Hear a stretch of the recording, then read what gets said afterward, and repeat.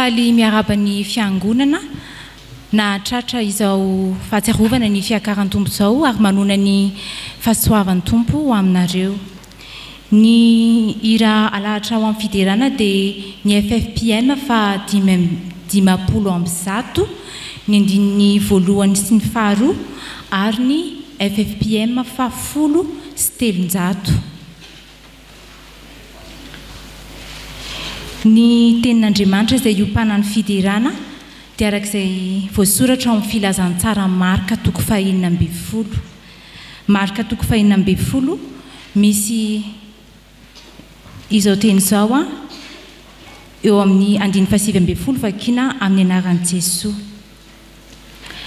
Ary Jesosy tompo rehefa niteny taminy dia nampiakarina ho any an-danitra ka nipetraka eo ankavanan'Andriamanitra. Amen. Tena manandany ho antsika mpino kristianina ny andro fiakarana satria tamin'io andro io no nanandratana an Jesosy ho any an-danitra, nidirany tamin'ny voninahiny rehefa nitsangana tamin'ny maty izy. Ary dia tsy voafetra teo amin'ny jiosy rery-ntsony ny fanjakany fa manerana ny tany sy ny lanitra. Tsaroantsika ihany koa fa ny andro ny akarana no nahitan'ny apôstôly farany an Jesosy Kristy. Kanefa Jesosy dia nampanantena fa andeha amboatra fitoerana ho antsika ary mbola hiveriny indray ka handray antsika ho any aminy mandrakizay. Ndao hiteran'i Jesosy isika. Faly mankalaza anao izay ry Jesosy Kristy tomponay amin'izao andro ahatsiarovana ny fiakaranao izao. Satria rehefa vita ny asa izay nandrananao tetỳ amin'izao tontolo izao dia niverina ho any amin'ny fonena masinao ianao, niditra naka ny toeram-boninahitrao eo ankavanan'Andriamanitra iray. Ndreto izay fiangonanao miondrika eo anatrehan'ny fiandriananao, ry tompon'ny tompo sy mpanjakan'ny mpanjaka, avy hitondra ny aza sy ny fisaorana ary hanandratra ny voninahitra mendrika ny anaranao. Jesosy tompo, misaotra anao nanokatra ny lalan'ny fanantenana ho anay.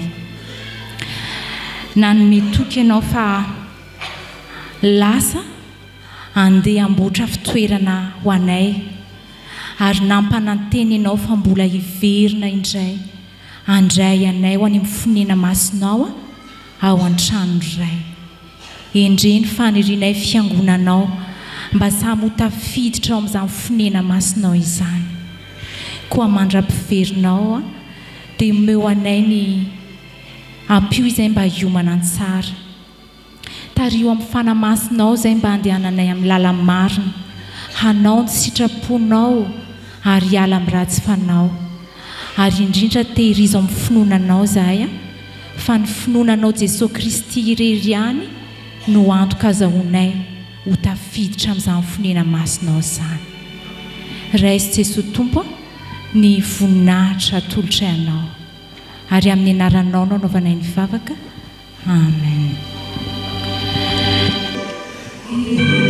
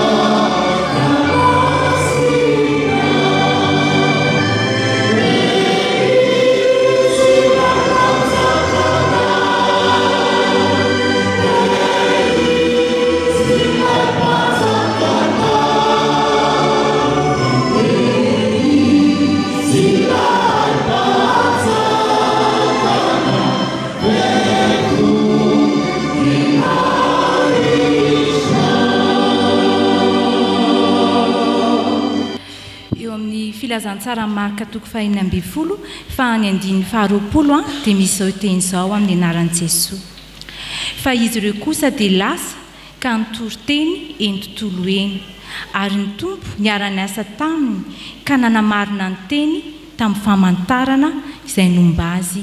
Amen.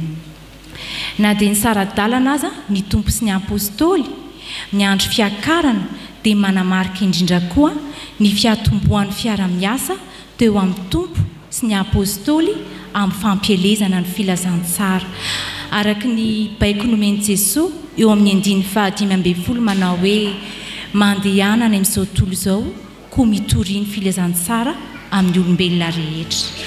Any amin'ny filazantsara hafa dia nanome toromarika mazava Jesosy fa mila miandry ny filatsahan'ny fanahy masina aloha vao atomboka ny asa. Koa miantso antsika no ny asa ny tompo eo anatrehan'ny aizina mandrakitra ny tany sy ny firenena dia tena mila manohana izany antso izany sika fiangonana.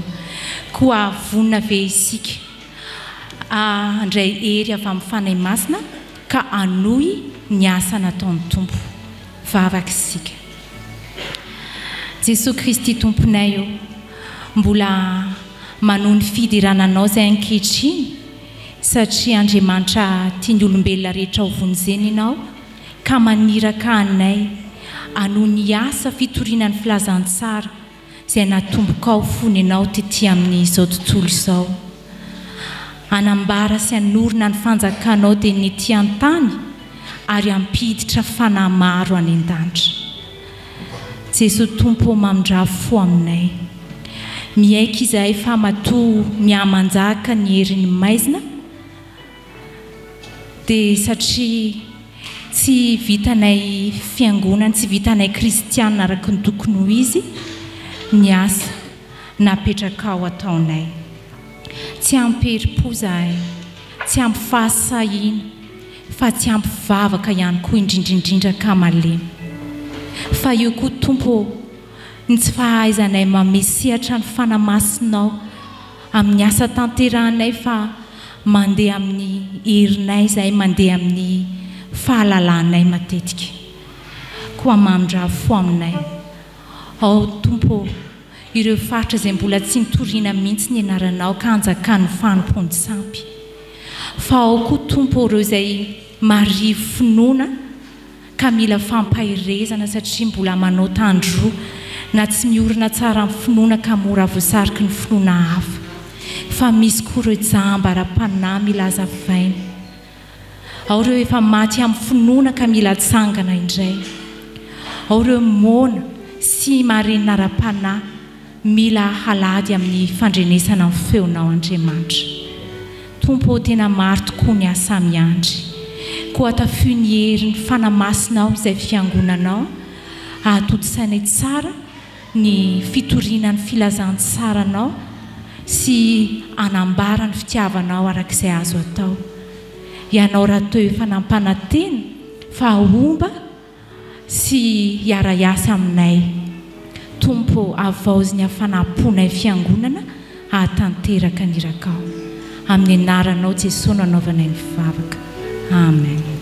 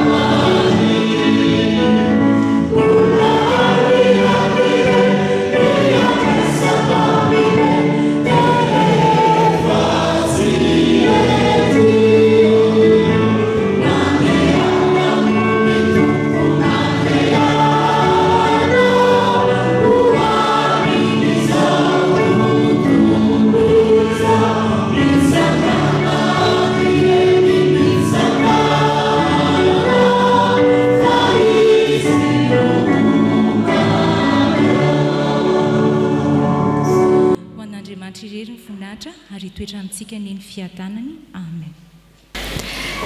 Anio alakamisy fasivy volana May 2024 andro izay atsiarovana ny akaran'i Jesosy Kristy ho any an-danitra ary natokany fiangonana ihany koa andraisana ireo katekomena ho mpandray fanasan'ny tompo andian'ny finoana.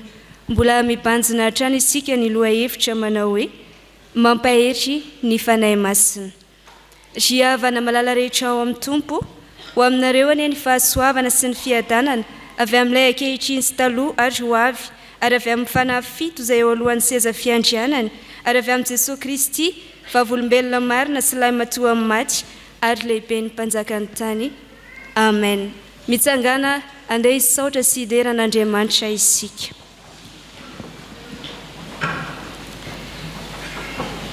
Ny fanjakana amin'izao tontolo izao dia efa lasan'ny tompontsika sy ny Kristiny ary izy no anjaka mandrakizay amen. Ira efa voalatra.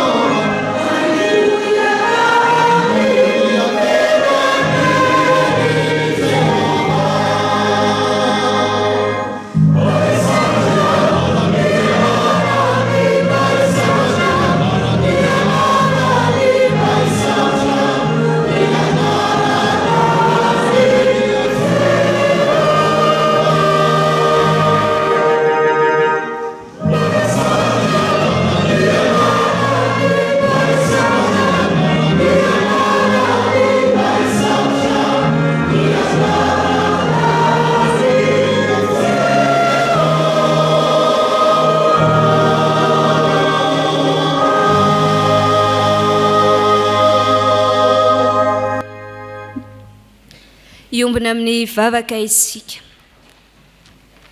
Andriamanitra rainay izay any an-danitro, mideranao zahay no ny herinao sy ny fahalebiazanao. Mankalazanao zahay fa tompo ianao, mpanjaka ianao. Misaotra anao indrindra ny fiangonanao. Fa amin'izao fotoana izao zahay dia afaka mankalaza ary mahatsiaro indray ny ankaran'i Jesosy Kristy ho any an-danitra. Fa misaotra anao ihany koa zahay Andriamanitra ny amin'ny fitantananao ny fiainan'ny fiangonana izay mampavokatra asa tsara mandrakariva. Misaotra anao zahay ny amin'ireto zandrinao izay nanolo tena ho anao iray latabatra aminao. Misaotra anao izay Andriamanitra fa ianao tokoa no antony zavatra rehetra eo amin'ny fiainanay. Fa Andriamanitra miay anay ianao, miadidy sy mikarakara anay ianao, ary manoro anay mandrakariva amin'ny lalana mahitsy sy marina ianao. Misaotra anao ary izahay ny amin'ny ampaherezanao anay isan'andro isan'andro amin'ny alalan'ny fanainao masina ka hatonga anay olonao tokoa. Hatonga anay atsiaro fa Andriamanitra miara-belona aminay ianao, Andriamanitra tsy mba mahafoy na mahasaraka anay ianao.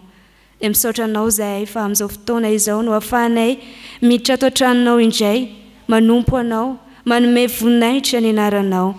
Fa Andriamanitra tia anay ianao ary asehonao amin'ny zavatra maro samihafa eo amin'ny fiainanay izany fitiavanay izany. Dia mankasitraka anao izay Tompo, ary eo ankehitriny izahay mangataka ny fitarihan'ny fanainao masina ny tsirairay avy, hameno anay ane mba hahaizanay mahatakatra indray izay rehetra tianao anehoana ny voninahitrao eto amin'ity toerana ity. Dia hatreo feno Tompo ny fanompoana rehetra izay taoterahanay mba ho mendrika anao sy ho voninahitry ny anaranao. Fa amin'ny anaran'i Jesosy Kristy ilay Tomponay no ivavahanay toy izany. Amen.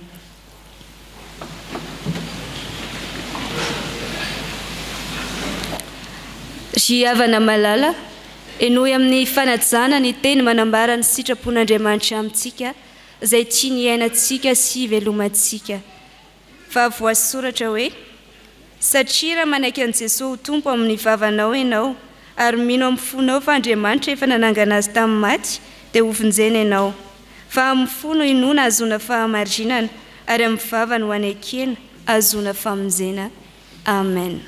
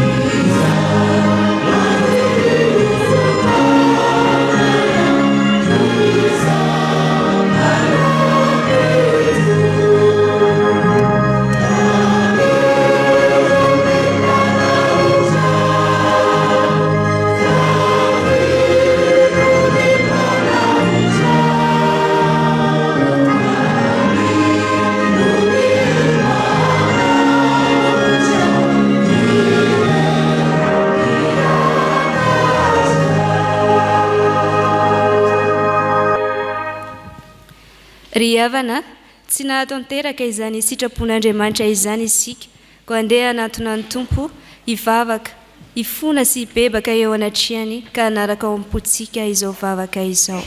Hivavaka isika.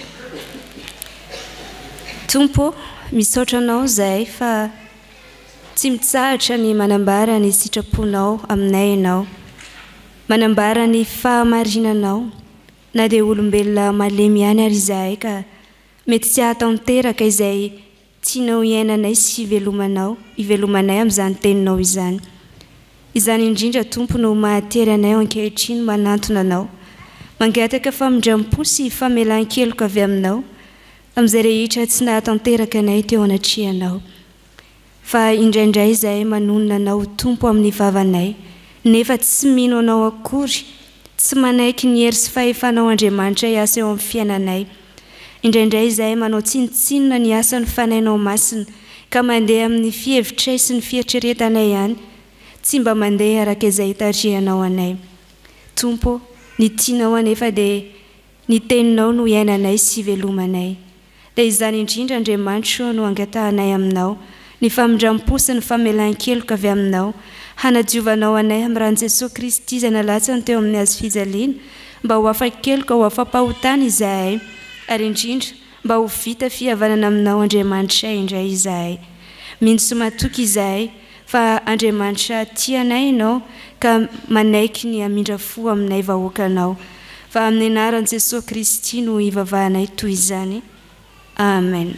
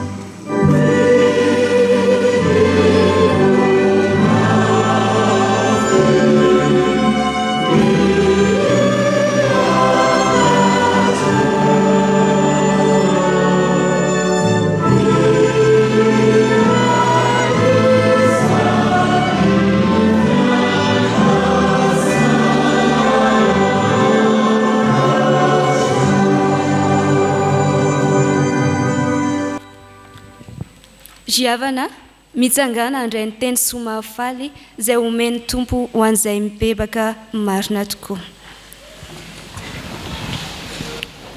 fa hony tompo fa ianao kosa ry Israely mpanompoko sy Jakoba izay novidiako taranaki Abrahama sakaizako ianao izay efa notantanako avy tany amin'ny farany tany ary natsoko avy tany an-tsisiny ka nilazako hoe mpanompoko ianao efa novidiako ka tsy mba ariako aza matahotra ianao fa momba anao ary aza merikerika foana fa izao no Andriamanitrao mampahery anao sady mamonjy anao eny mitantana anao amin'ny tanakavana amin'ny fahamarinako ao ambara amin'ny anaran'i Jesosy Kristy fa voavela ny elokareo noho ny anaran'ny masina miderany tompo amen.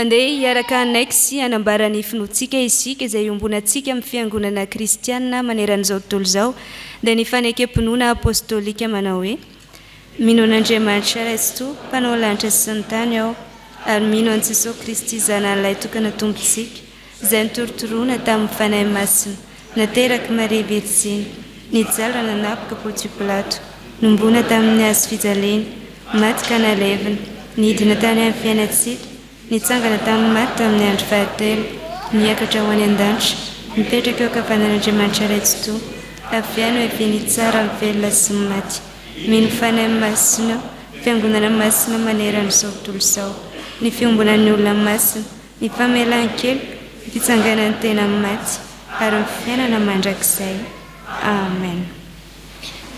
Faly miarahaba ny ankizy tanora rehetra indray anatratra izao alakamisy izao izay andro atsiarovana ny akaran'i Jesosy Kristy ho any an-danitra. Mangataka ny ankizy tanora rehetra rehetra hitsangana anatanteraka ny hira efa voalahatra.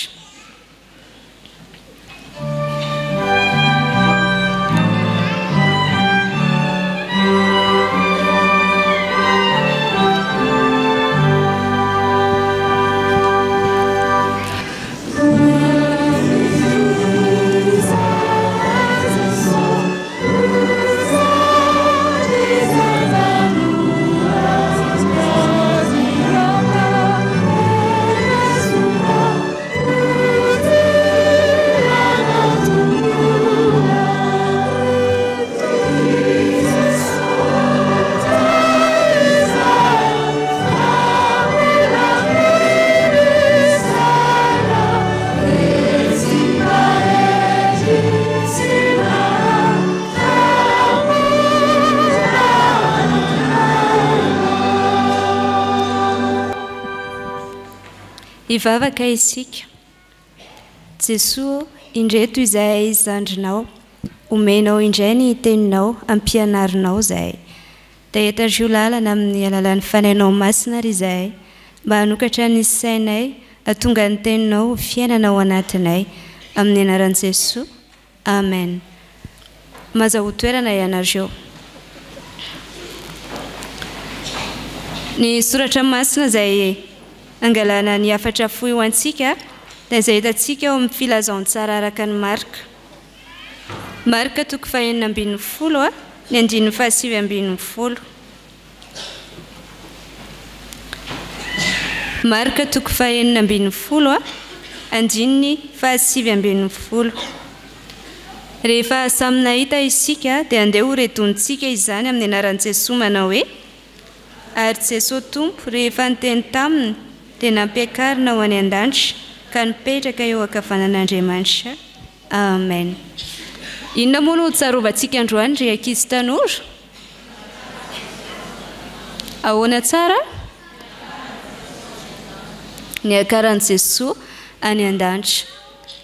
Ny andro krismasy isika dia mankalaza ny fahaterahan'i Jesosy. Fa Jesosy Kristy tokoa nataon'Andriamanitra tonga nofy tetỳ amin'izao tontolo izao izy. Dia rehefa tonga olona izy dia niara-niaina tamin'ny olona teny, dia nialehibe izy dia nanao ny asa fanompony.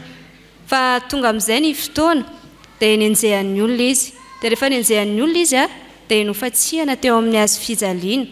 Ary rehefa nofatsihana teo amin'ny hazo fijaliana izy ka maty dia nalevina. Ary rehefa nalevina izy dia inona no nitranga? Nitsangana tamin'ny maty indray izy dia mankalaza ny Paska isika. Fa androany isika dia mankalaza ny andro ny akarana. Izany hoe i Jesosy Kristy indray rehefa nitsangana tamin'ny maty dia niverina naka ny endrika mahanofo azy indray, kanefa tao anatin'izany dia nakarina any an-danitra izy. Tamin'ny fotoana izay niakaran'i Jesosy Kristy tany an-danitra dia nidanaka ireo mpianatra, ohatra izao mihitsy ngambry zareo hoe hoay iny Jesosy fa lasa niakatra any an-danitra. Dia rehefa niakatra any an-danitra izy dia niverina naka ny toerana maha-Andriamanitra azy, naka ny toerana mahampanjaka azy. Dia ao anatin'izany anefa raika izy iny Jesosy Kristy izay nakarina any an-danitra iny dia mbola hiverina indray iny. Ho hitantsika araka izay endrika nahitandreo mpianatra azy. Mety gaga antsika hoe fa nahoana ary Jesosy niakatra any an-danitra dia izay ve izany tsy nahitan'i Jesosy Kristy? aza matahotra fa mbola hiverina indray izy dia ahita azy ny olona rehetra ahita azy isika rehetra hiverina tahaka ny endrika izay nampiakarana azy tany an-danitra indray dia ny fanahy masina ny asa ao anatintsika atakaratsika indray ny hevitra izany hoe andro ny akaran'i Jesosy Kristy any an-danitra izany mba ho tena zava-dehibe amintsika tokoa ny fahatsiarovana izany andray hitsangana isika hivavaka.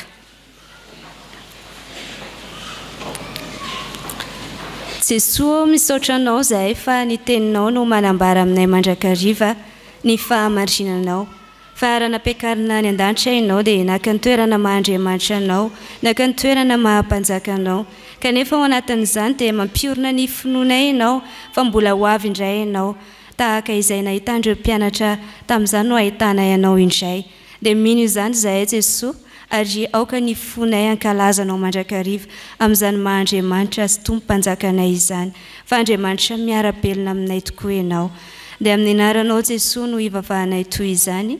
Amen.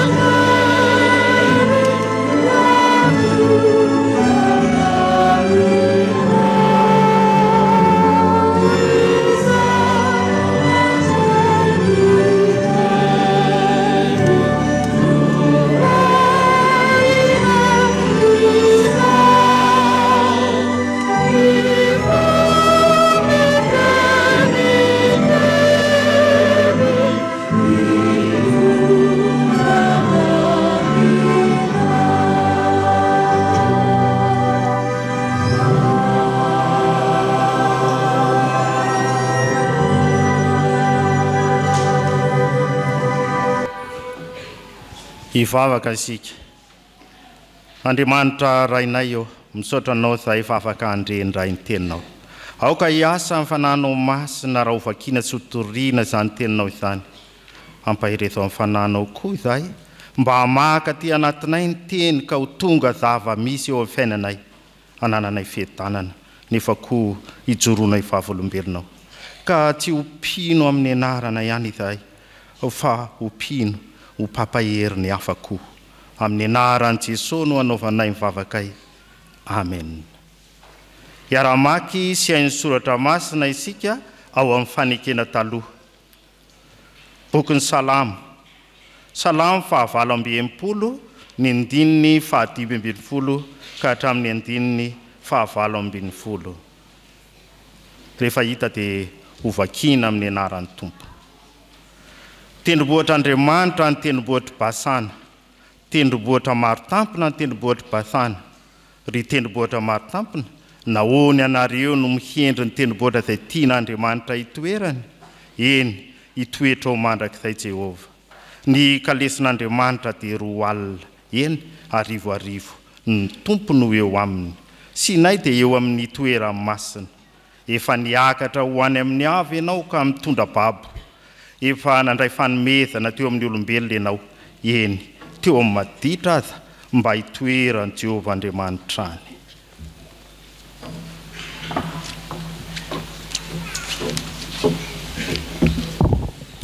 Ho tohizantsika ny famakiana ny soratra masina ao amin'ny fanekena vaovao.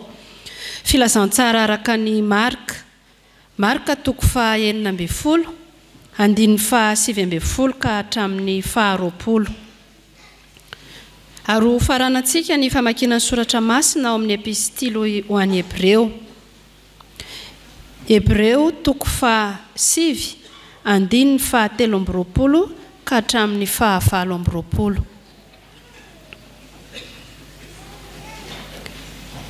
Rehefa hita dia ho vakiana amin'ny anaran'ny Tompo. Ary Jesosy Tompo rehefa niteny taminy dia nampiakarina ho any an-danitra ka mipetraka eo ankavanan'Andriamanitra. Fa izy ireo kosa dia lasaka ny toriteny eny tontolo eny. ary ny tompony ara-ny asa taminy ka nanamarina ny teny tamin'ny famantarana izay nomba azy. Amen. Koa dia tsy maintsy nodiovina tamin'ireny ny tandindony zavatra any an-danitra, fa ny tena ny zavatra any an-danitra kosa dia tamin'izay fanatitra tsara noho ireny. Fa Kristy tsy mba niditra tao amin'izay fitoerana masina nataony tanana izay tandindony fitoerana masina fa ho any an-danitra tokoa, mba hiseho anatrehan'Andriamanitra ankehitriny ho antsika, ary niditra izy mba hanatitra ny tenany ary tsy niditra izy mba hanatitra ny tenany matetika tahaka ny mpisorona be miditra ao amin'ny fitoerana masina isan-taona mitondra ny ranony zavatra hafa, fa raha izany dia tsy maintsy ho nijaly matetika izy hatr'izay nanaovana izao tontolo izao.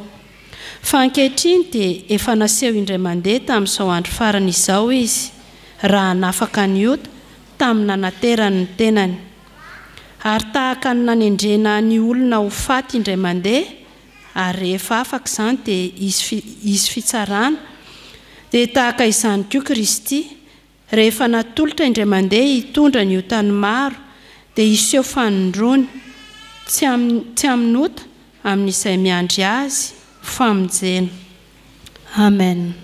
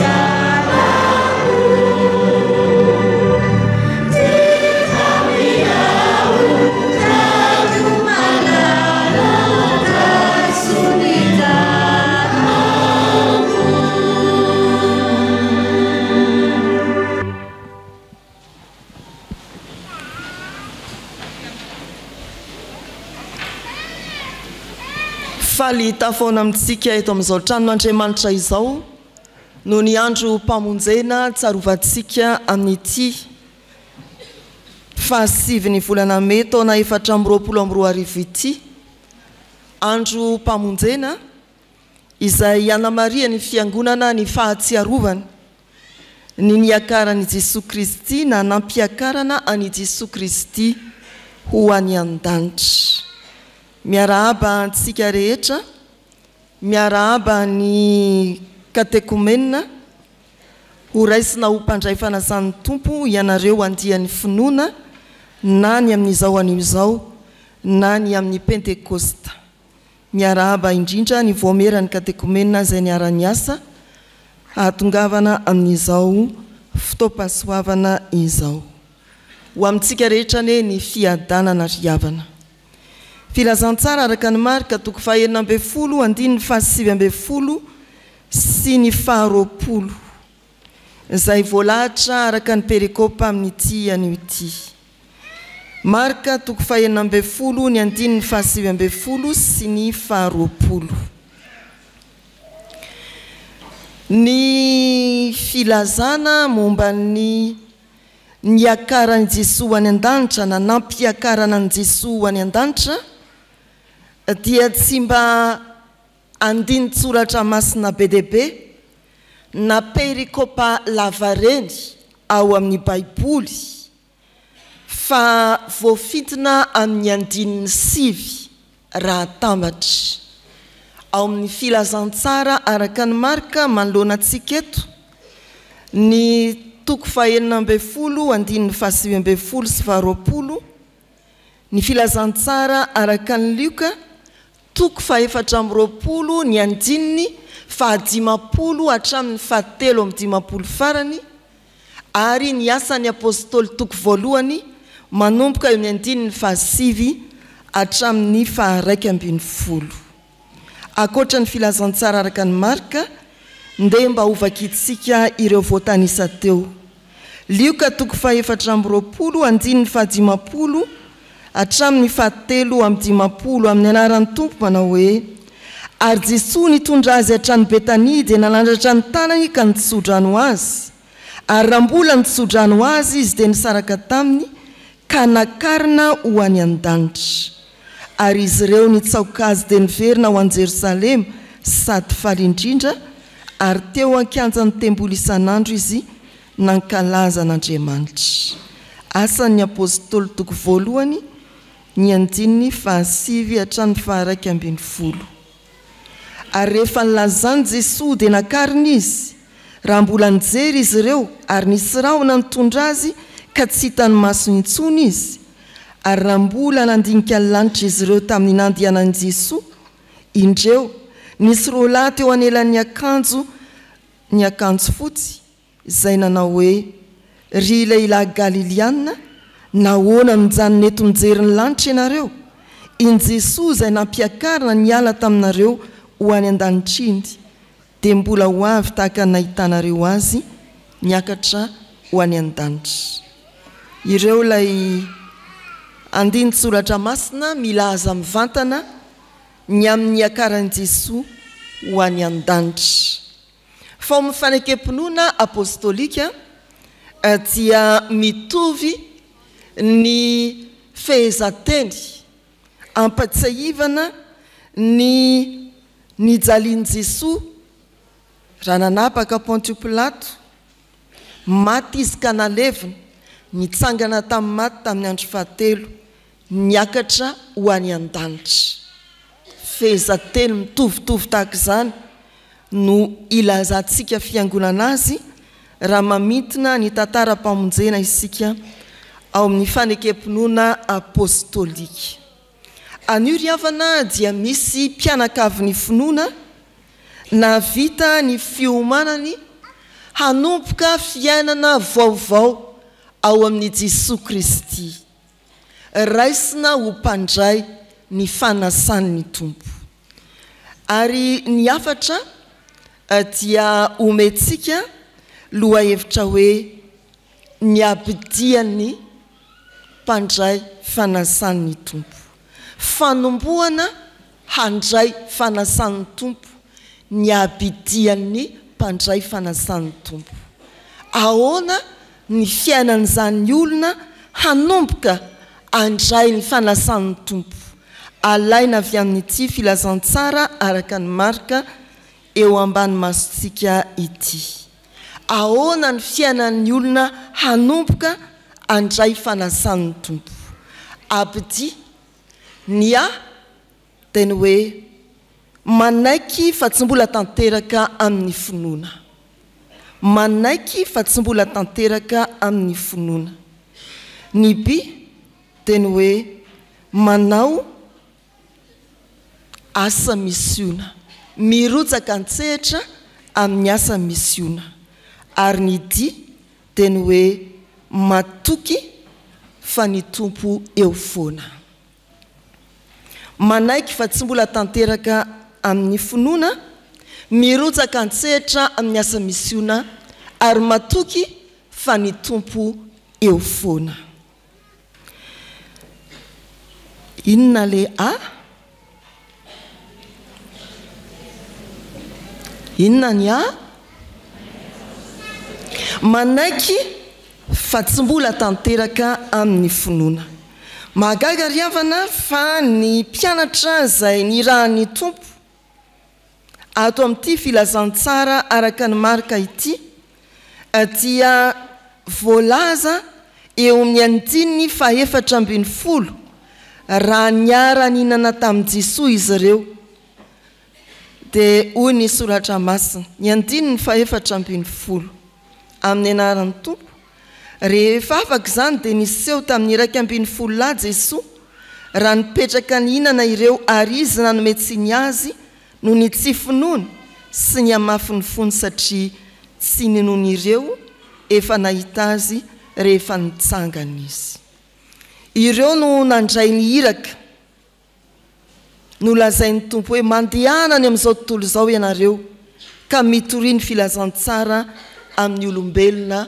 rehetra nomeny Jesosy tsiny ny amin'ny tsy finoany nefa nekeny no raisiny ho mpamitahiraka ny rany hoany amin'izao tontolo izao hitory ny filazantsara amin'ny olombelona rehetra handray katekomenina ho isan'ny mpandray fanazan'ny tompo andian'ny finoana isika fiangonana amin'izao soratra masina izao dia ahatakaratsika fa Jesosy Kristy dia mandray olona tsy lavorary mandray olona tsy lavorary amin'ny ara-panahy amin'ny finoana tahaka an'ireo mpianatra izay nomeny tsinony ny tsy finoana kanefa ny rany Jesosy Kristy dia miombona amintsika tsy tomombana tsy manana ny fahafenoana saingy raisiny an-tanana isika dia arojany eny amin'izao tontolo izao hamitahiraka tsy tomombana tsy lavorary ny finoantsika nefa dia mandray atsika Jesosy mahafinaritra ny mahita mpandray fanazan'ny tompo eny mahatojo ny lalam-panompoana 50 taona nandraisana ny fanazan'ny tompo mety anao ngambo izany indro ianao mbola eto ihany 70 taona 30 taona 20 taona indro ianao mbola eto ihany fa ny mampalahelo raha atao hoe efa mitehaka ny 3 arivo ohatra ny mpandray fanazan'ny tompo misoratra ny fiangonana anankiray tahaka atsika izao dia zara raha misy arivo ny tonga mandray ny fanazan'ny tompo mety hoe mieritreritra ve ianao hoe sao de tsy ampy le mofo sy divay ao ka aloha mba anjara ao ka aloha ny tsy ho tonga androany mandefitra tsia izany no ilazana hoe eo ampiangana amin'ny fiainana vaovao ka ahatsiarovantsika ny fitiavan'Andriamanitra mandray atsika manoloana ny latabatra masina eo ampiangana dia tsarovy fa tsy mbola lavorary amin'ny finoana isika tsy mbola tomombana amin'ny finoana isika. Eny nateraka indray saingy mbola tefeny, mbola fahanana ronono, mbola atao zay ahatonga anao ho lehibe, ho olon-dehibe ahatratra ny ohatry ny finoana. Aza miambo hoe tena nanatrika tsy tapaka ny fianarana katekomenina, aza mieritreritra hoe efa tsara nahavitana ny fandaharan-desina manontolo ho anareo andian'ny finoana. Tsia manekefa tsy mbola tanteraka isika. Sombotsombony ihany ny fahalalantsika. Sombotsombony ihany no nampahafantarina antsika. Fiangana ihany amin'izay azona manompo an'Andriamanitra no nomena anareo. Maneke fa tsy mbola tanteraka amin'ny finoana. Ary dia milofosa amin'ny famakina sy fianarana ny soratra masina, milofosa amin'ny fiainam-bavaka. Manetretena fa tsy mbola tonga ianao fa vao miana mandeha, meteza ho tantanina. Ny biry havana teny hoe mirotsahan-tsehatra amin'ny asa misiona. Manekefa tsy mbola tanteraka amin'ny finoana, kanefa dia mirotsahan-tsehatra amin'ny asa misiona. Raha ny vakiteny izay novakiana tamintsika teo, dia misy filazana hoe izy ireo kosa dia nitory-teny ny tontolo eny, ary ny tompony ara-niasa tamin'ny kananamarina ny teny tamin'ny famantarana izay nomba azy. Ilay mpianatra tsy ampifinoana ka nomeny ny tompontsiny dia nametrahany iraka hitory ny filazantsara amin'izao tontolo izao, amin'ny olombelona rehetra. Dia izy ireo no nanatanteraka, izy ireo no nandeha ka nitory teny tontolo eny, nirotsaka an-tsehatra. Izy ireo lay nomentsiny, izy ireo lay tsy lavorary, izy ireo lay tsy tomombana, tena naiky. Ary tsy hoe mora ny fitoriana ny filazantsara tamin'ny andro izay manodidina ny nahafatesan'i Kristy sy ny tsanganany tamin'ny maty ary ny akarany ho any an-danitra. Tsy toe-javatra mora natrehana tamin'izany, fa mbola tena nahavaivay ny herin'ny fandavana ny Kristy, mbola tena nampisalasala ny olona, mpiarabelona ny amin'ny maha-Kristy any Jesosy, fa nirotsaka izy ireo, nanao ny asa nanirahana azy. Asa misiona satria voatanisa eo amin'ny andininy 7:70 ireo asa nampanaovina. Raha vakina dia amin'ny anaran'ny tompo manao hoe izao famantaran'izao no anarak'izay mino, amoka demoni amin'ny anarako izy, iteny amin'ny fiteny tsy mbola hainy izy, andray menarana izy na dia misotro zava-mahafaty azy izy, tsy ampaninina azy zany. Ametra tanana ny marary izy dia ho sitrana ireny. Asa misiona ry havana, fanafahana ny olona amin'ny demoni, anirahana antsika zany, fanasitranana ny marary. Karazana asa misiona, firotsahana an-tsehatra eny anivon'ny fiarahamonina zany. Tsy hoe antsona fotsiny ianao mpandray fanasan'ny tompo dia anananjara fanompoana any amin'ny sampana, na anananjara fanompoana manokana atsoatsy, ho dekona, ho mpitory-teny, ho katekista na ho mpiandry. Tsia, fa antsona koa ianao hirotsaka eny anivony izao tontolo izao, eny tontolo eny, hanao asa misiona, anafaka izay voagetsy, hanampy ny very-hevitra, an'olon-tsaina ny tsy mahita lalana ho ao amin'ny Jesosy Kristy. Antsona koa ianao hanasitrana ny marary, hitondra sy hanambara ny famelan-keloka ho azy ireny. Ry havana malala, ny fiangonana indraindray dia faly manompo an'Andriamanitra anatin'ny rindrina efatry ny fiangonana ihany ary miaro tena azy dia misitrika ato tena miseho tsara mihitsy hoe za le mpandray fanasan'ny tompo, ato tena iseho tsara mihitsy hoe za lay mpanompon'Andriamanitra tahaka izao. Fa raha vao mivoaka ny fiangonana dia toy ny tanalahy maka ny volon'ny tany, tsisy amantarany ny maha-kristianina azy tsony fa toy ny zanaka izao tontolo izao ihany. Tsy izany isika riavana, fa isika dia ilay olona izay nalain'Andriamanitra ho an'ny tenany hanambara sy ilaza ny fahasoavany. Isika izay nampahitan'Andriamanitra ny mazava dia irany eny tontolo eny ho fahazavany izao tontolo izao. Tsy ho kristianina tanalahy ka aty isika hiakanjo fotsy sy mamiratra, fa ny ivelany dia hitafilamba mainty ny Satana ary ho fitaovana eo am-pelantanany devoly.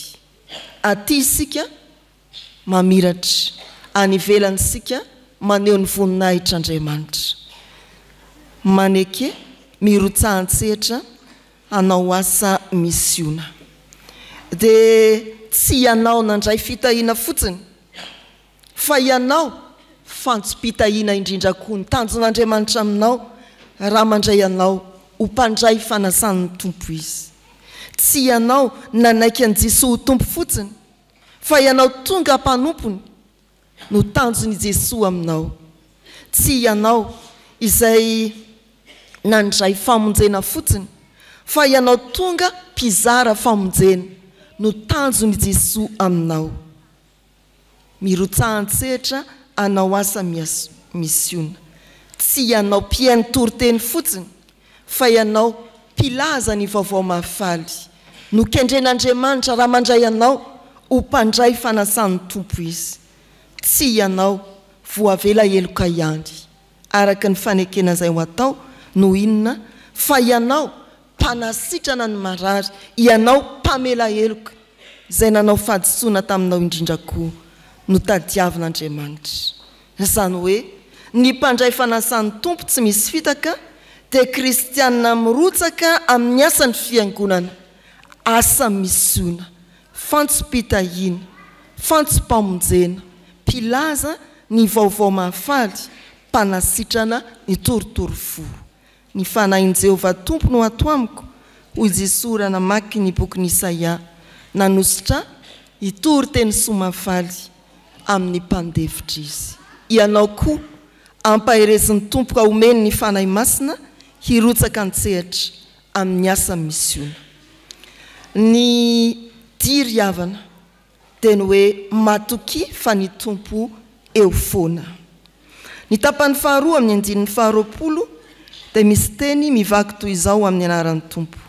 Ary ny tompo niara-ny asa taminy ka nanamarina ny teny tamin'ny famantarana izay nomba azy. Ny tompo niara-ny asa taminy ka nanamarina ny teny tamin'ny famantarana izay nomba azy. Matoky fa ny tompo eo foana.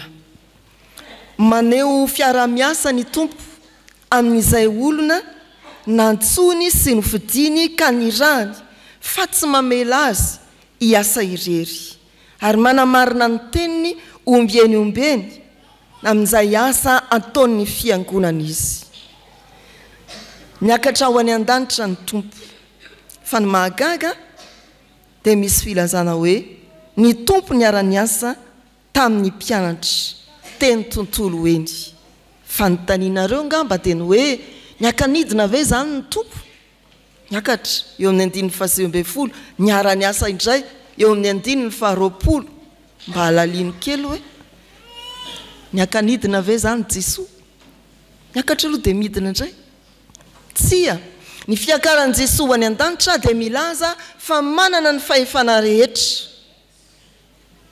any an-danitra sy ety an-tany izy ary mife araka izany ny zavatra rehetra ambanin'ny lanitra ambany fahefany io izany no lazainy ao Matthieu 7:20 andiny 7:20 hatramin'ny 20 raha nametraka iraka tamin'ny mpianatra izy dia hoy izy manao hoe efa nomena ny fahefana rehetra any an-danitra sy ety an-tany mandihany ianareo ataovy mpianatra ny firenena rehetra ny filazana hoe niakatra ho any an-danitra i Jesosy dia manambara fa manana ny fahefana rehetra izy na ny ety an-tany na ny ety any an-danitra anana ny fahefana ny zavatra rehetra mitranga sy miseho ny olona rehetra ety ambany masoandro dia tsy gaga isika raha misy filazana hoe ny tompo niara-niasa tamin'ny mpianatra na namarina ny teny tamin'ny famantarana izay nomba azy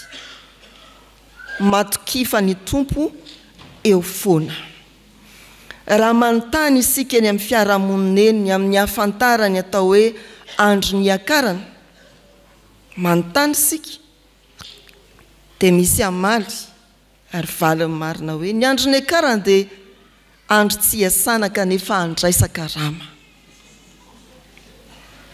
misy koa amaly hoe ny andro ny akarana dia fidinana any ambanivohitra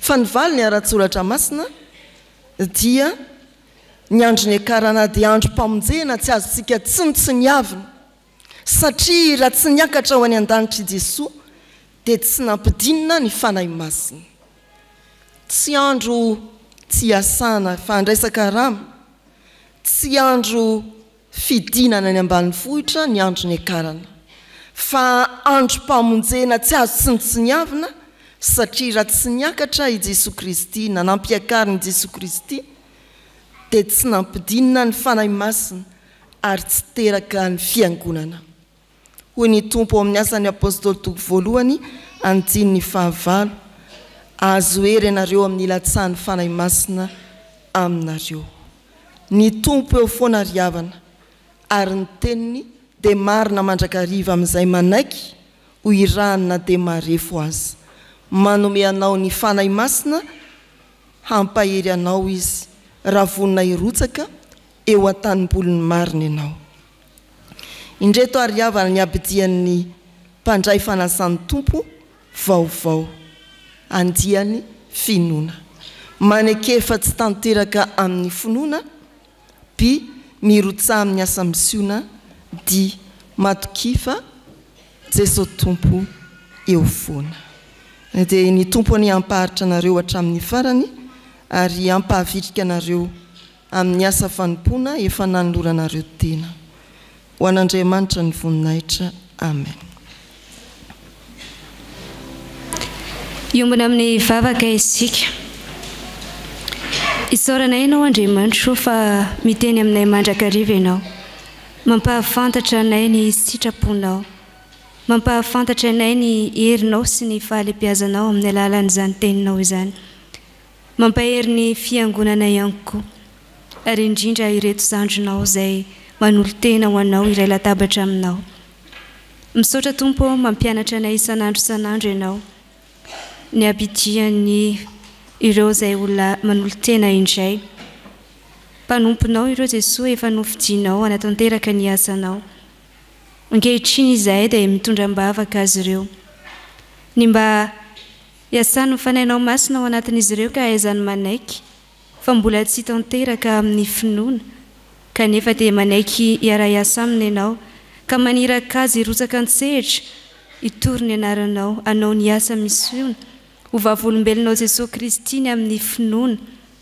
ary indrindra ihany koa mampahafantatra azy fa Andriamanitra eo foana ianao amin'ny fotoana rehetra dia izany ihany koa no ampatsiahivinao ny fiangonana ankehitriny jereo manokana izy ireo Jesosy ny amin'izay irisony amin'ny fanompoana ka tsy amin'izao fotoana izao ihany fa mandritry ny androm-piainany rehetra dia ho tsarony tokoa ny fanekena masina izay tanterahany eo anatrehanao mivavaka izahay Jesosy ankehitriny ho an'ny fiangonanao mba ho isan'izay ho ampaherezinao ihany koa indrindra ny amin'ny fijoroana vavolombelon'ny fitiavanao Andriamanitra tsy atao am-piangonana ihany fa eny ivelany indrindraindrindra fa eny no tena ahafantarany olona rehetra fa mpianatra tokoa zahay amin'ny asa ataonay, amin'ny fanehoanay ny finoanay, amin'ny fifankatiavanay, amin'ny fanomponay. Tehirizao aminao mandrakariva ara ny fiangonanao mba hajoro amin'izany finoana izany ka mba tsy tenenan-dratsy ny anaranao. Apetraka isakinay fianao am-pelatananao ny asa rehetra izay tanterahina, indrindra fa atao anatin'ny fiangonana, ny asan'ny sampana. Ianao Andriamanitra no anafiary ny tsirairay avy ane mba ahafahana mahatanteraka amin'ny atsakany sy andavany ny asa fanompona izay efa nifidiananao sy ny antsonao ny tsirairay avy. Mivavaka izahay Jesosy ankehitriny ny mba hampaherezanao ny mpino kristianina rehetra manerana izao tontolo izao, indrindra amin'izao ahatsiarovana ny andro ny akaranao Jesosy Kristy ho any an-danitra izao, izay mandray ny fahefana rehetra any an-danitra sy ety an-tany, dia mba ho tsabana tokoa ny lanjan'izany fiakaranao izany ka ahatsiarovanay fa efa nomena ny fanahy masina izahay ara-iasa aminay, ampahafantatra anay indray ny herinao sy ny fahalehibiazanao. Dia mitarika anay, mampahery anay, mananatra anay, misolo vavanay. Tompo malalo, tehirizao aminao ny fiangonanao sy ny mpino rehetra mba tsy hozongozona amin'ny finoana ihany koa. Ankinay sy apetraka fianao am-pelatananao Jesosy, ny fiainanay tsirairay avy izao indray izay tonga manatrika izao fotoana izao, mba hainao Jesosy Kristy no hialoha lalana amin'ny fanapahan-kevitra rehetra, amin'ny asanay manontolo, amin'ny fidiram-bola, amin'ny fianarany zanakay sy ny hoavin'ny taranakay ihany koa. Dia hainao Jesosy Kristy no hampandroso ny asa tsara rehetra eo amin'ny fiainanay. Izahay kosa dia anaiky ho tapahinao, anaiky ny herinao, ary anaiky fa hainao irery ihany no tompo sy mpamonjy ny fiainanay. Dia apetraka isakinay fianao am-pelatananao ihany koa Jesosy, ny ahaizanay mijoro vavolombelonao eto amin'ity firenena izay misy anay ity, ka ho isan'izay mpandray andraikitra izahay fa tsy ho mpitazana fotsiny ihany, ny amin'ireo zavatra maro samihafa izay mitranga eto amin'ity firenena ity, tsy ho mpanome tsiny fotsiny ihany koa fa hitondram-bavaka ny firenena izay efa nametrahanao anay. Dia kininay sy apetraka fianao am-pelatananao ary Jesosy ny fiainanay, izay rehetra momba anay, mba hidiranao an-tsehatra, hiasanao, ho ampaherezinao an'izay amin'ny alalan'ny fanahinao masina. Dia atolotra ianao irery ihany ny dera, ny laza, ny voninahitra mandrakizay, izay efa hanao hatramin'ny taloka ho mandrakizay. Fa indro izahay faly indrindra miombona amin'ilay vavaka nampianarin'i Jesosy manao hoe: Sainay izay any an-danitra, ho amasinina ny anaranao, mitonga ny fanjakanao, atao any ny sitraponao ety an-tany tahaka ny any an-danitra. Meo anay no izay anasahaza ho anay, ary mamela ny elokay tahaka namelana izay meloka taminay, ary aza mitondra anay amin'ny fankapana, manafahanay amin'ny ratsy, anao fanjakana sy ny hery ary ny voninahitra mandrakizay. Amen.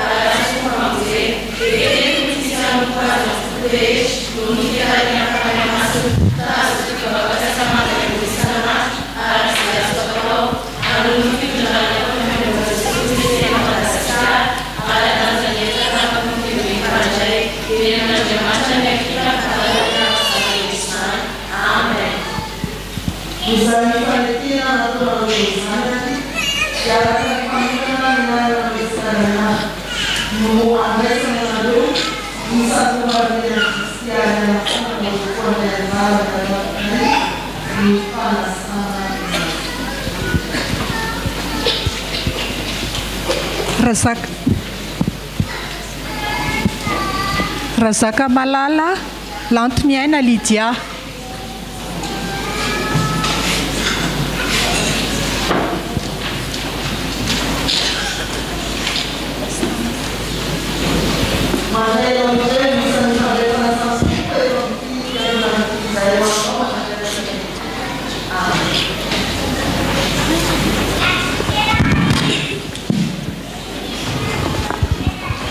Hitahiron famindram-poko azy mandrakizay ary mifanakaiky aparetoka aminy. Amen. Sekoly Alahady.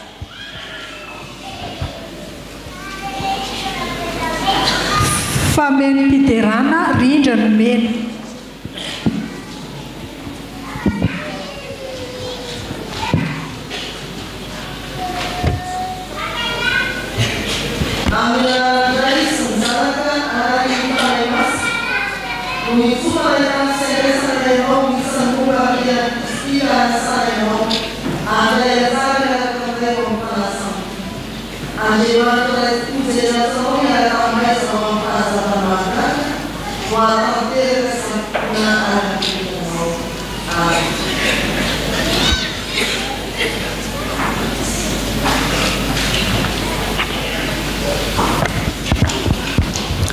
Hoy izao ny amin'ny Jehova, tompoka ianao, tsy misy soananako azo azona aminao.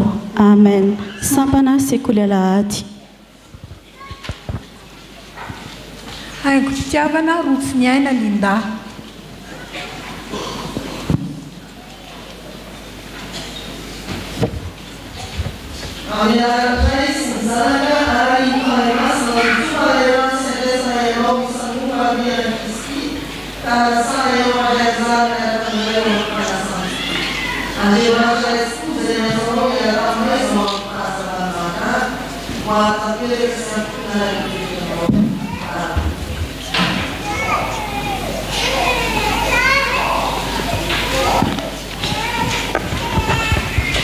Ka dia izany no ankalazako ny anaranao mandrakizay mba hanefako isan'andro ny voatoko. Amen. Sampana sekoly alahady, sampaty. Rafeno Armanana valisoana ny tenaina.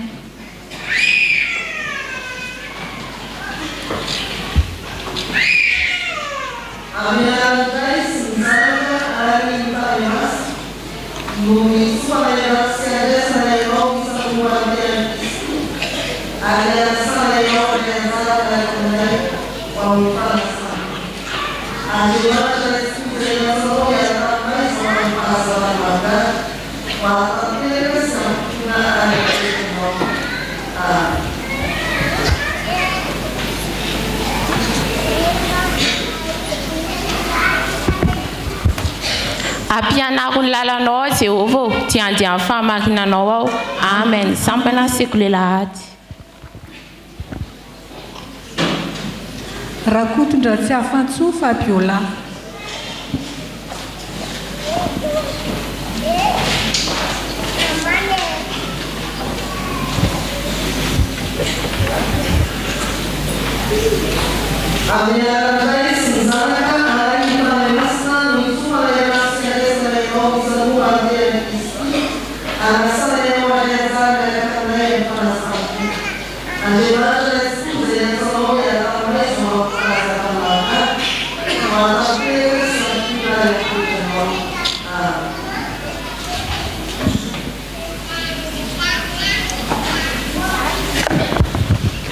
Jehova no mpiandry tsy hanan-java-mabory. Amen. Sampana sekoly alahady.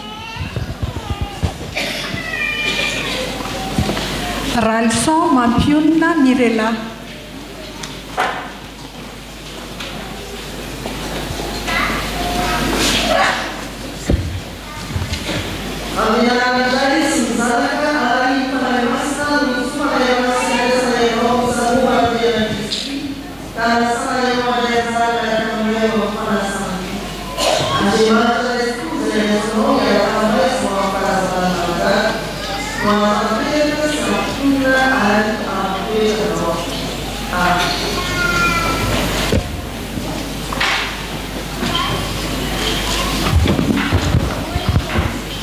Uiz amponti angozo ao tsy azondoza mandrakizay dory ao. Amen. Sampana sekoly alahady. Rambalo ery miantsa.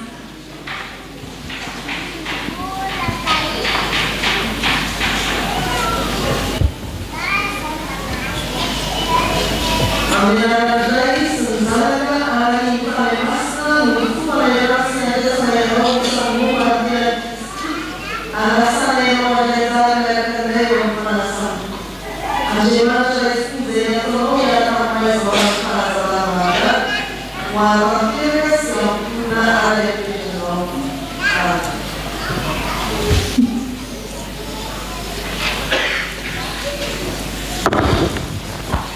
sampana mivilo amin'ny akavanana ianao na mivilo amin'ny akavia ny sofinao dia andreteny ao ivoanao manao hoe ity ny lalana ka andehano. Amen. Sampana tsantany fitiavana sekoly lahady.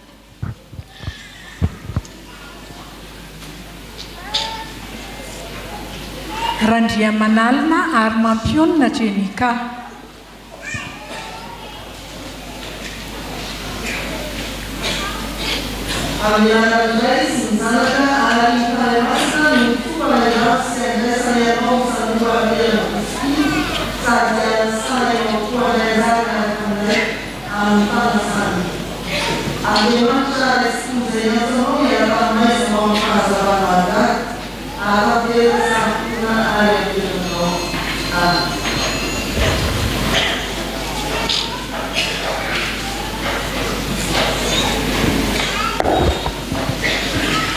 Oka tsisy olonanao tsinitsinanao no ny atanoranao fa oka ho tonga fianarana ho an'ny miny amin'ny fiteny, amin'ny fitondratena, amin'ny fitiavana, amin'ny finoana, amin'ny fahadiovana. Amen. Sampana mpanazava stily.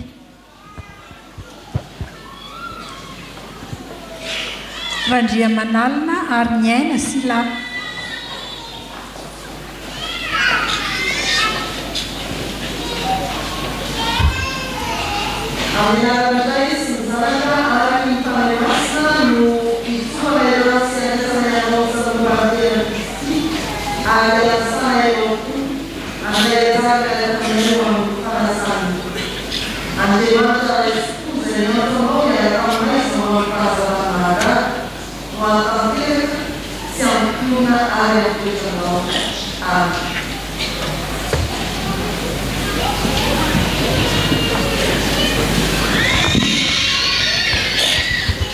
Mitsangana miazava fefa tonga amin'ny fahazavanao ary ny voninahitry Jehova efa miposaka ao aminao. Amen. Sampana mpanazava stily.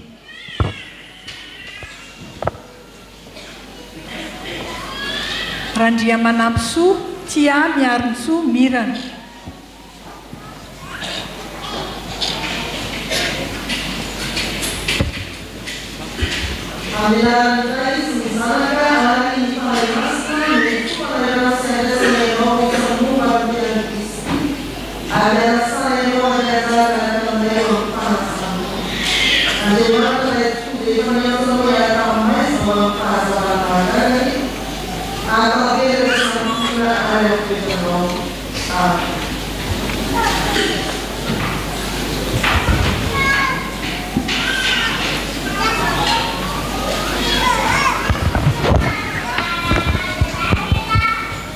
Hoy ny tompo satria mahalala ny eo amasoko ianao eny be voninahitra sady tiako. Amen. Sampana sekoly lahady.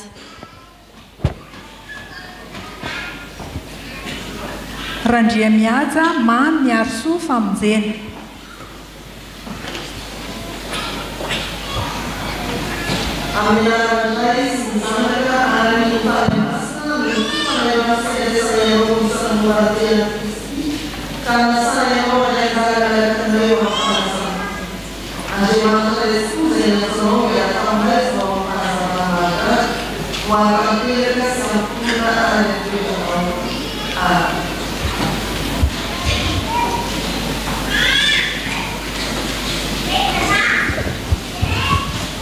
Mifalima drakariva ao amin'ny tompo. Amen. Sampana sekoly lahady.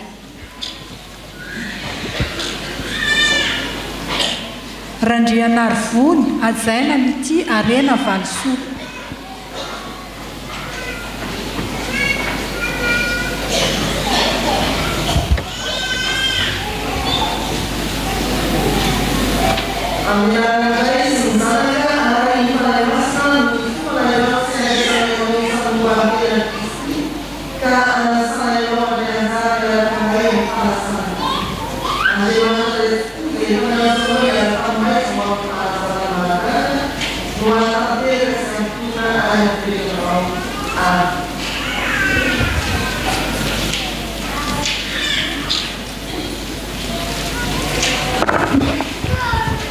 Mitsangana miazava fa tonga fahazavanao ary voninahitry Jehova efa miposaka aminao. Amen. Sampana fifoazana.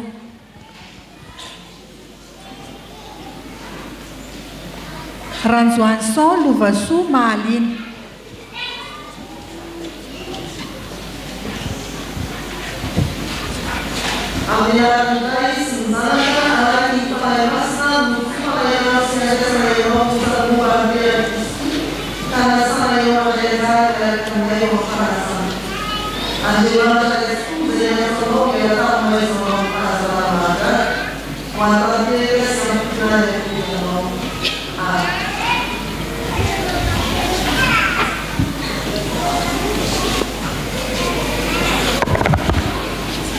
Anak atoloriany fonao ary aoka ny masonao fala mijery ny lalako. Amen. Sampana sekoly alahady, sampana mpanazava stily.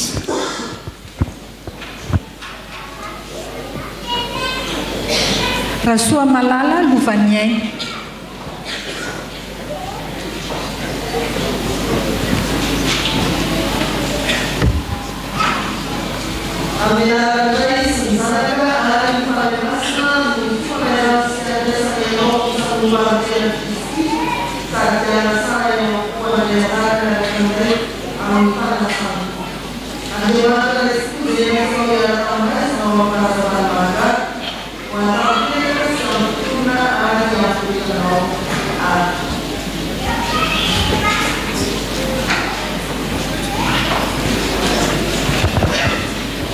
An Jehovah ny tany sy izay rehetra eo aminy. Amen. Sampany sekoly alahady. Ratovy Nirina sandratry ny aina fitahiana.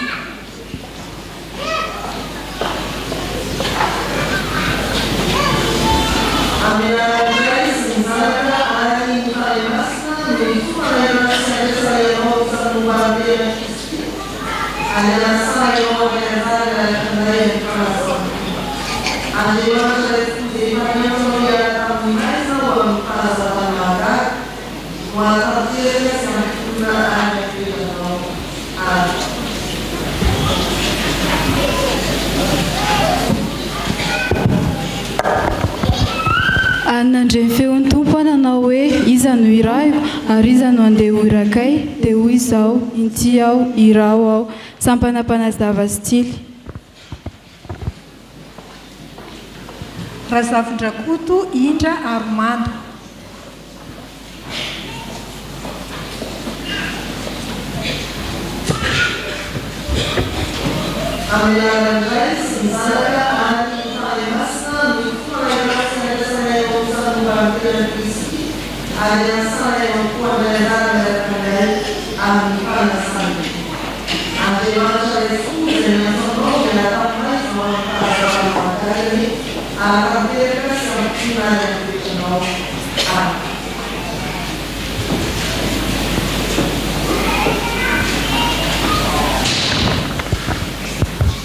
Fa izy ny avin'izao zavatra rehetra izao ary izy miazona azy sady izy koa no antony izany no membonahitra mandrakizay. Amen. Sampana sekoly alahady. Razana Jonna Mamtina Irina.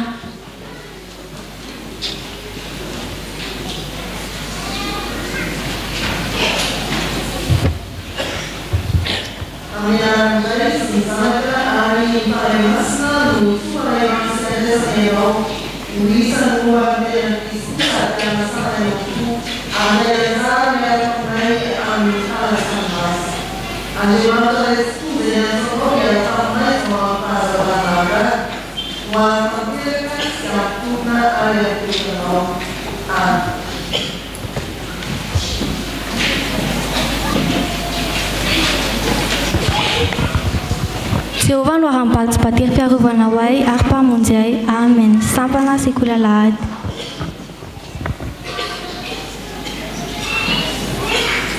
Andriamanana Lova Tolotra.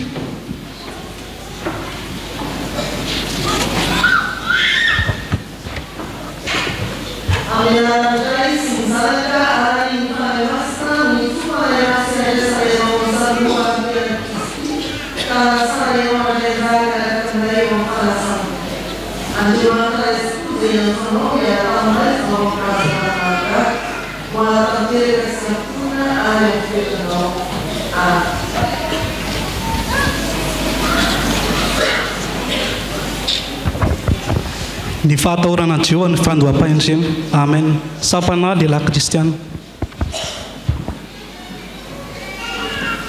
Andrianaljaona Ramanisy Zo Kiady.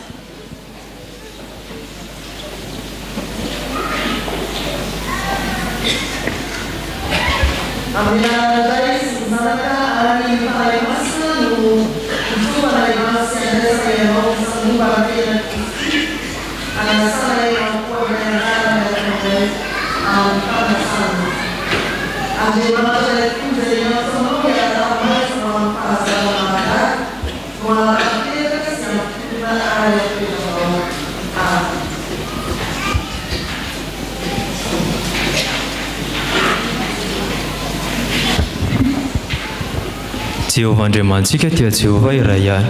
Amen. Sampana sekoly alahady.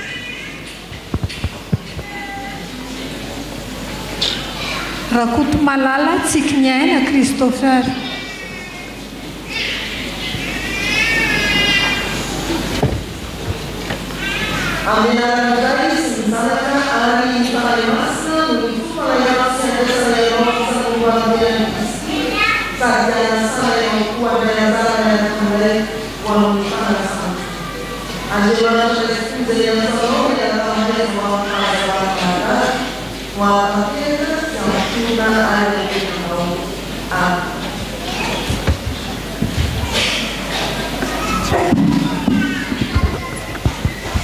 Ianon'Andriamanitra izay manao fahagagana, efa nampahalala ny anao teny amin'ny firenena ianao. Amen. Sampana ty, sampana sekoly alahady.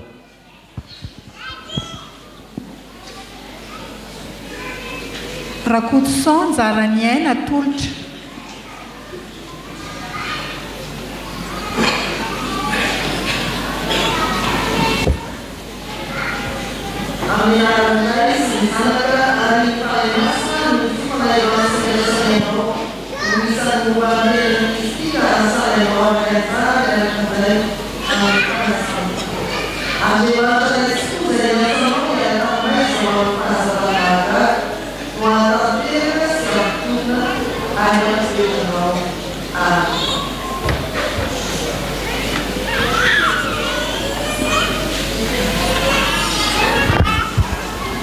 Fa ny fahasoavan'Andriamanitra no natao izao ahy.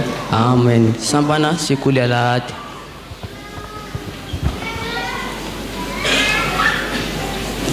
Randriamiaritsoa Tolotra.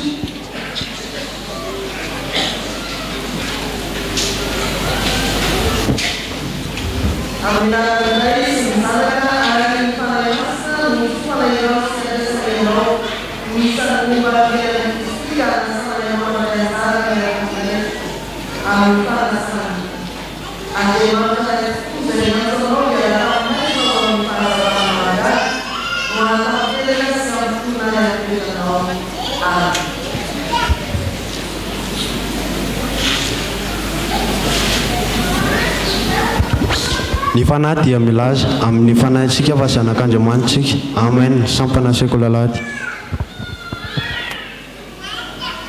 Randriary Malala Niriniaina Fano.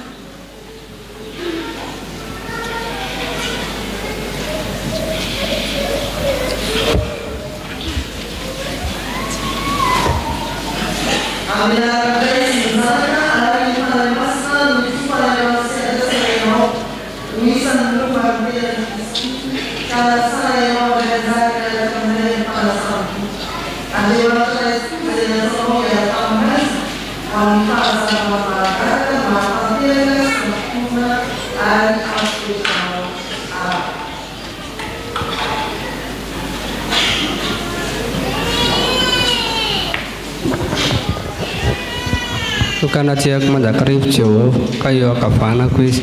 Amen. Sapana sekoly alahady.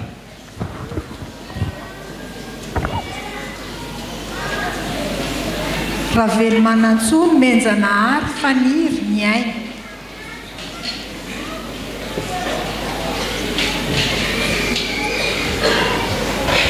Amen.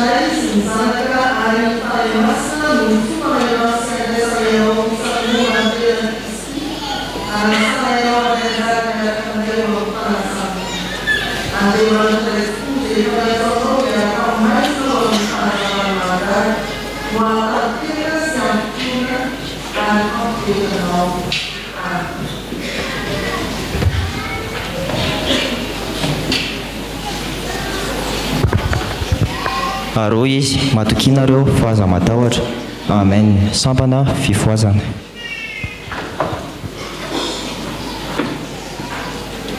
Razafitra be 700.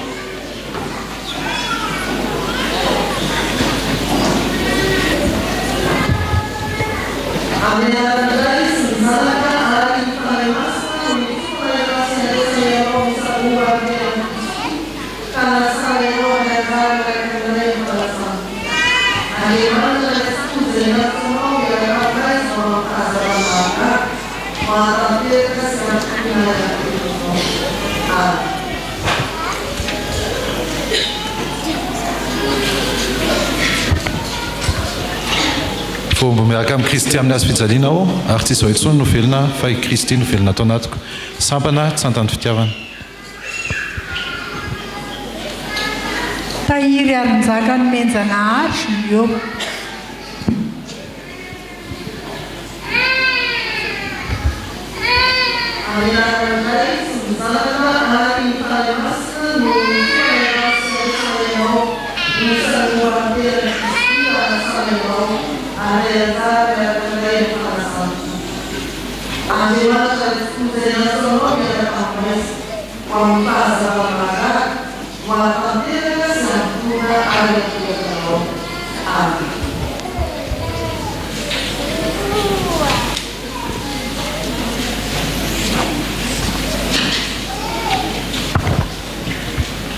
Indriamanitra mpamonjy ny tompo mpanohina ny fanahy. Amen. Sampana sampaty.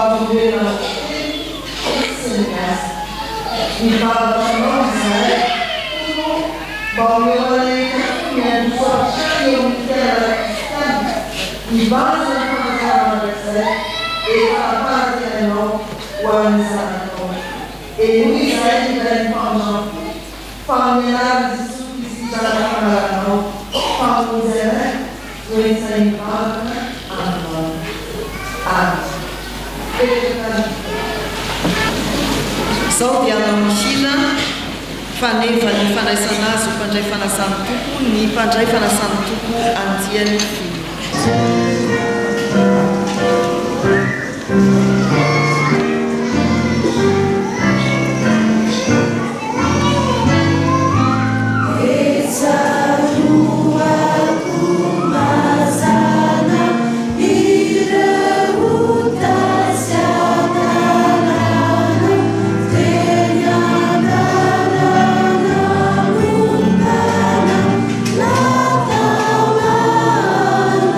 La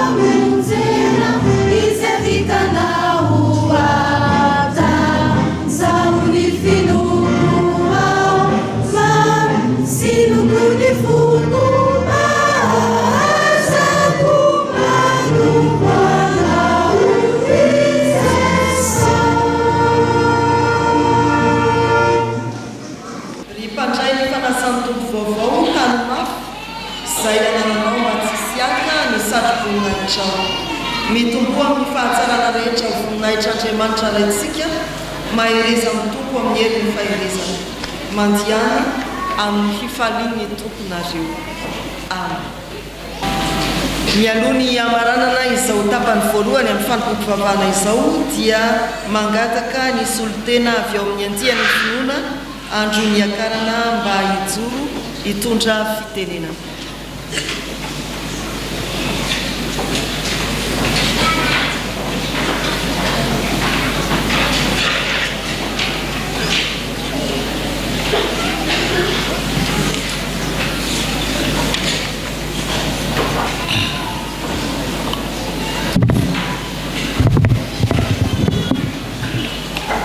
Ho ampitomboana aminareo mandrakariva ny fahasoavana amam-piadanana avy amin'Andriamanitra ray sy Jesosy Kristy tompontsika. Ry havana manoloan'izao fahasoavan-dehibe izay noraisinay avy amin'Andriamanitra izao dia feno fisaorana sy fankasitrahana izahay. Voalohany dia misaotra an'Andriamanitra araka ny teny mpanao salama manao hoe misaorana Jehovah fanaiko ary aza misy adinonao ny fitahiany rehetra. Tsapanay tokoa mantsy fa Andriamanitra no niasa tao anatinay na tamin'ny fikasana na tamin'ny fanatanterahana. Manarak'izay dia misaotra ny mpitandrina andrianomanana miarisoa izay nampianatra nanabe ary namolavolanay nandritra izay tao am-pianaran'izay ny ireo faherezana neo ao aminao mandrakariva. Misaotra ihany koa ny mpitandrina mizatra raha izay nifandimby nifarimbona ary nanao tantsorika tamin'ny mpitandrina ka nahavitana atsakany sy andavany ny fandaharam-pianarana. Tsy ho very valim-potia ao amin'ny tompony ianareo.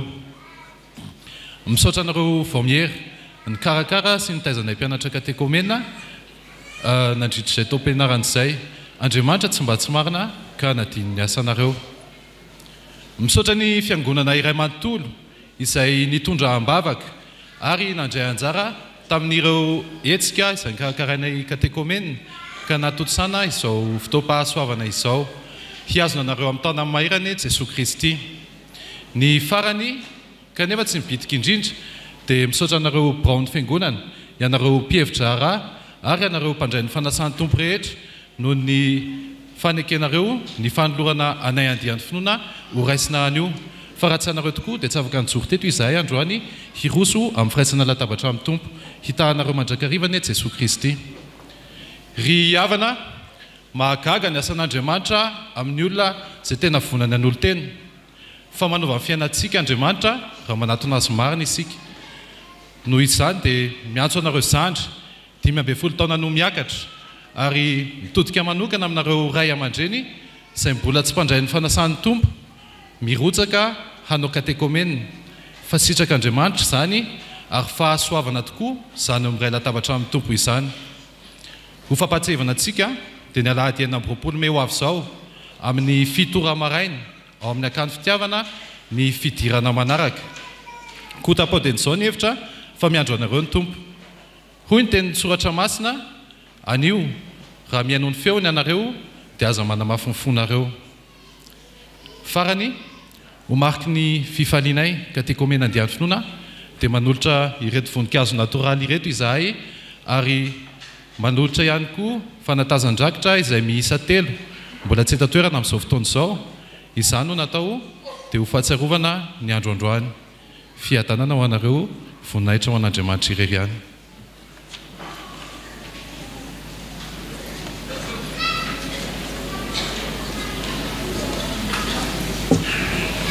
Ry havana malala ampifaliana tokoa no anantitra anteratsika ny fisaoran'Andriamanitra no ny fantanterahany ity fotoana ity izay nahazotsika anizy mianadahavy ho raisina ho mpandray fanasan'ny tompo io midatabatra miaraka amintsika ary anananjara amin'ny fahasoavan'ny tompo.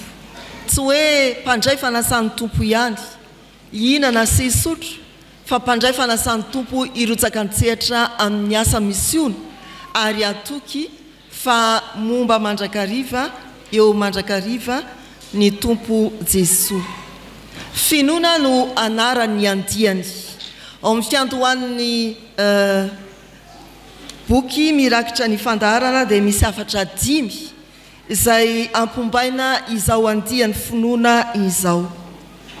Afatra voalohany miorena amin'ny finoana tanao amin'ny finoana sy ny fitiavanao amin'ny Kristy Jesosy ny mariky ny teny tsy misy kelema zay efa renao tamiko afatra faharoa mitombo amin'ny finoana fa ianareo kosa ry malala dia ataovy zay androsoanareo amin'ny finoanareo masina indrindra ka mivavà ao amin'ny fanahy masina ny afatra fahatelo mijoro amin'ny finoana fantatro izay inoko ny afatra faefatra mandiana amin'ny finoana fa finoana no andehanantsika fa tsy fahitana aoka ho amin'ilay efa azontsika sahady no mbola izorantsika afatra fahadimy farany miazona ny fiainana mandrakizay miadiny ady tsara ny finoana azony ny fiainana mandrakizay ary dia mitsodrana anareo araka ny voasoratra hoe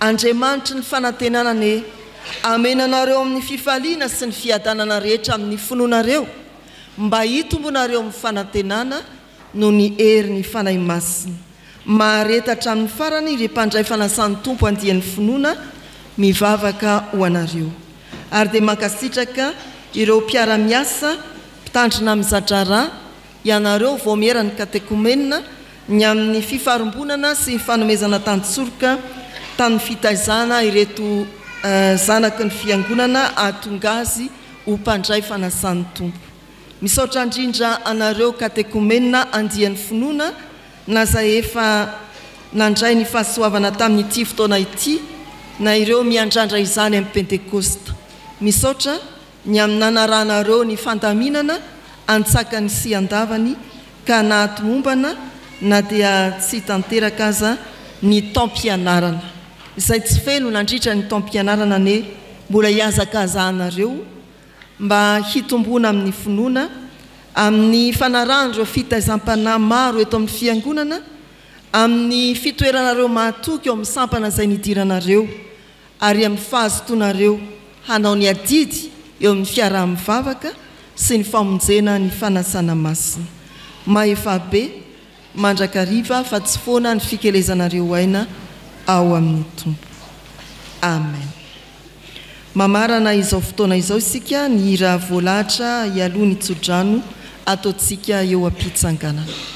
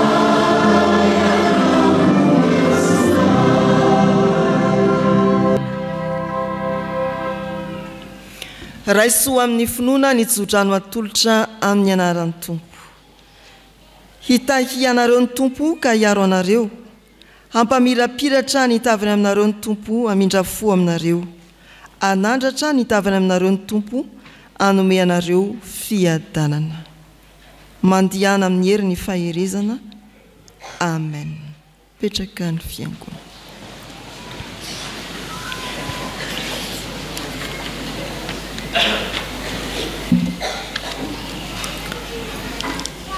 ho an'Andriamanitra irerianany ny voninahitra amin'ny anaran'ndray sy ny zanaka ary ny fanahy masina. Amen.